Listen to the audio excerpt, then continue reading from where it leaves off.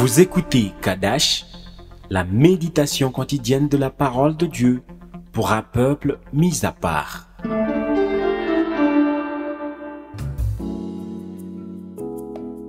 Shalom bien-aimés en Christ, le message d'aujourd'hui c'est apprendre à prier sur base de la révélation. C'est facile de se perdre lorsqu'il n'y a point de révélation. Sans la révélation, nous nous retrouvons en train de faire des prières qui ne seront pas exaucées. Nous ne tirons pas sur la vraie cible, nous tirons juste en l'air. Nous lisons le premier livre de Chroniques, chapitre 4, les versets 9 et 10. Jabet était plus considéré que ses frères. Sa mère lui donna le nom de Jabet, en disant « C'est parce que je l'ai enfanté avec douleur ». Jabet invoqua le Dieu d'Israël en disant « Si tu me bénis et que tu étendes mes limites, si ta main est avec moi, et si tu me préserves du malheur, en sorte que je ne sois pas dans la souffrance. » Et Dieu accorda ce qu'il avait demandé. Bien-aimés en Christ, la parole nous dit que Jabet était le plus considéré que ses frères. Mais cette élévation ou cette considération ne l'a point distrait. Ne sois pas distrait, bien-aimé en Christ, par l'éloge et la considération que tu vois.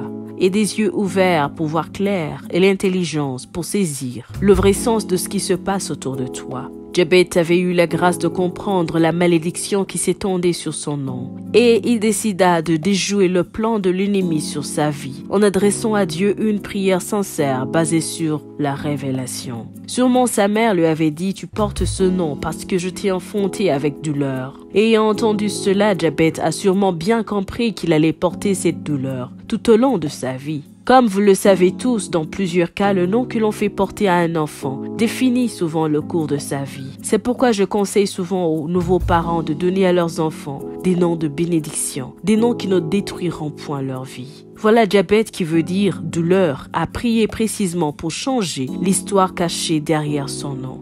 Et toi qui m'écoutes, bien-aimé en Christ, tu devrais te poser cette question. Quelle est l'histoire qui se cache derrière ta situation aujourd'hui? Jabet a dit « Seigneur, je te prie de me bénir » parce qu'il avait réalisé qu'il portait un nom de malédiction. Je te prie d'étendre mes limites car il avait réalisé que la malédiction crée des blocages. Que ta main soit avec moi pour me préserver du malheur. Il ne voulait point traverser la même situation de douleur qu'a connue sa mère. Garde-moi de souffrir, Seigneur, et Dieu lui accorda ce qu'il avait demandé. Dieu est capable d'exaucer ta prière, bien-aimé en Christ. Au lieu de gaspiller ton énergie et ton temps à compter tes ennemis, à te comparer aux autres, à haïr les membres de ta famille ou ton entourage, cherche à savoir l'histoire cachée derrière ta situation. Parce que le diable, lui, sait, et il s'en sert pour détruire ta vie. Seigneur, pourquoi je suis dans cette situation? Pourquoi à telle période, cette situation se manifeste toujours? Pourquoi quand je reçois une promesse, un mal se produit dans ma vie? Quel est ce blocage qui se présente? D'où vient cela?